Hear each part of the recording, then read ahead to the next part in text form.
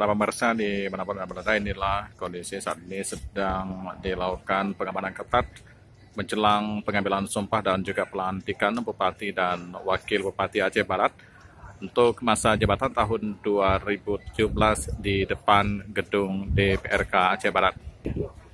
Para simpatisan yang berada di luar yang ikut menyaksikan kegiatan pelantikan dan juga pengambilan sumpah Bupati Aceh Barat periode 2017-2022 dalam rapat paripurna DPRK Kabupaten Aceh Barat yang diberlangsungkan hari ini.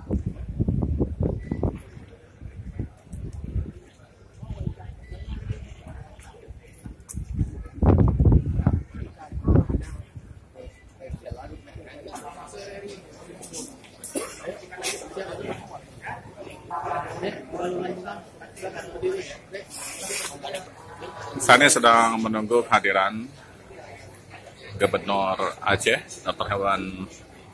Irwandi Yusuf bersama Paduka Yang Mulia Wali Nanggro